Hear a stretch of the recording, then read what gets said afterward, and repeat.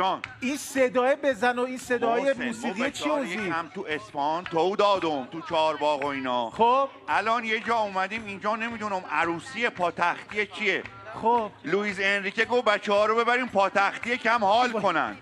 آره الان وسط یه لحظه گوش. آره الان میگه حاج آقا بیا پایین، حاج آقا بیا پایین با حاج آقا بله حاج آقا ژول بلاس یکم از دست لوئیس انریکه عصبی شد، رفت زد زیر گوش کیمپمبه. اینجا یکم درگیری ایجاد شده. عذرخواهی میکنم جناب خان. جان وسط برنامه زنگ زدی پاتختی داری برای من پخش میکنی؟ همشون هم سراغ تو نمی. پارچ و لیوان چیکار داری میکنی؟ کیمپمبه پارچ و لیوان هدیه داده. کیم؟ الان مگه حالا از تو طوله هدیه چقدر کوچوله. هدیه چقدر کوچوله. طرفی حاج آقا اشرف حکیمی با پنکه پایه‌دارشون. محسن اشرف حکیمی پنکه پایه‌دار هدیه داده.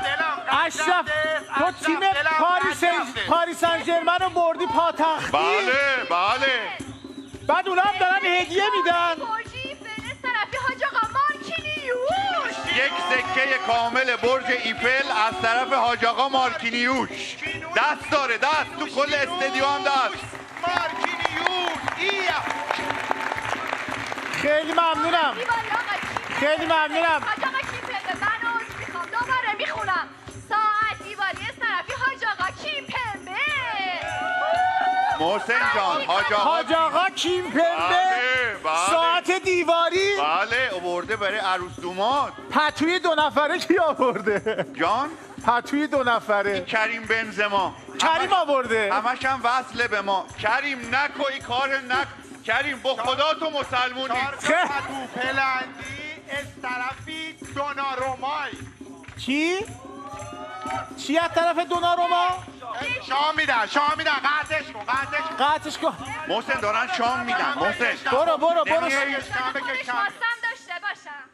محسن دارن شام میدن. نمیایین باب شاه اینجا؟ چه سکوتی شد. کل پاریس سن ژرمن رفتن سمت غذا نه؟ رفتن شام. بله سلامت باشید جناب خان. جان جناب خان صدات نمیاد. بعداً با هم حرف بزنیم. محسن عزیز دلم یه سوالم فقط مداشتم. محسن عذرخواهی میکنم. محسن جان قربونت کاکات گفتی چپوندتت یا نه یا خودت مثلا پله اومدی؟ چرا میخوام بعداً با هم دیگه حرف بزنیم. من وسط برنامه‌ام. شما کیف کنید تو اصفهان. فعلا خدافظ.